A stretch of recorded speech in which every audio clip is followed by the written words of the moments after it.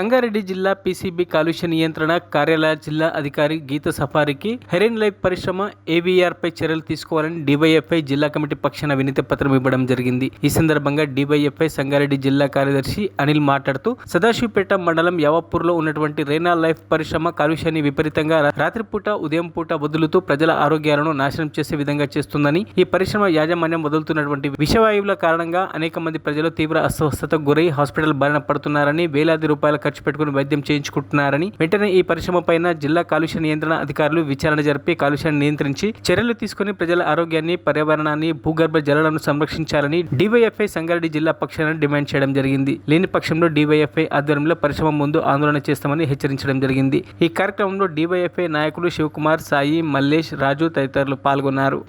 DYFI జిల్లా committee పక్షాన సంగారెడ్డిలో ఉన్నటువంటి పొల్యూషన్ కంట్రోల్ కార్యాలయానికి కంప్లైంట్ ఇవ్వడం జరిగింది. సదాశివపేటలో పట్టణంలో ఉన్నటువంటి ఎర్రన్న ఫార్మా కెమికల్ పరిశ్రమ నిర్లక్ష్యం వల్ల ఈరోజు సదాశివపేట కానీ చుట్టుపక్కల ప్రాంతాల్లో ఉన్నటువంటి గ్రామాలు ప్రజలు తీవ్ర అస్వస్థతకు గురవుతున్నారు. ఈ పరిశ్రమ కాలుష్యం వల్ల, వాసన వల్ల ఈరోజు ప్రజలు తీవ్ర ఇబ్బందులతో హాస్పిటల్కి వెళ్తే చర్మ వ్యాధులు కానీ, లంగ్స్ డిసీజ్ కానీ రావడం జరుగుతుంది. ఈ పరిశ్రమ నుంచి వస్తున్నటువంటి కాలుష్యాన్ని నియంత్రించాలని చెప్పి ఈరోజు సంగారెడ్డి జిల్లా కాలుష్య నియంత్రణ మండలి అధికారికి ఈరోజు మేము రాతపూర్వకంగా కంప్లైంట్ ఇవ్వడం జరిగింది.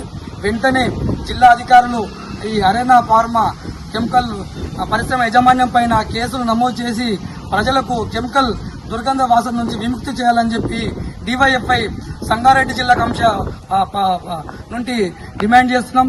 లేకుంటే పెద్ద ఎత్తున ప్రజలను సమీకరించి ఈ పరిశ్రమ ముందు ఆందోళన నిర్వహిస్తామని చెప్పి డివైఎఫ్ఐ జిల్లా కమిటీ నుంచి హెచ్చరిస్తూ వారికి వెంటనే ఈ అధికారులు, కాలుష్య నియంత్రణ అధికారులు కనుక చర్యలు తీసుకోకపోతే రాబోయే కాలంలో పెద్ద ఎత్తున పోరాటాలు నిర్వహిస్తామని చెప్పి ఈ సందర్భంగా తెలియజేస్తున్నాం. మరిన్ని అప్డేట్స్ కోసం మా ఛానల్ని సబ్స్క్రైబ్ చేయండి.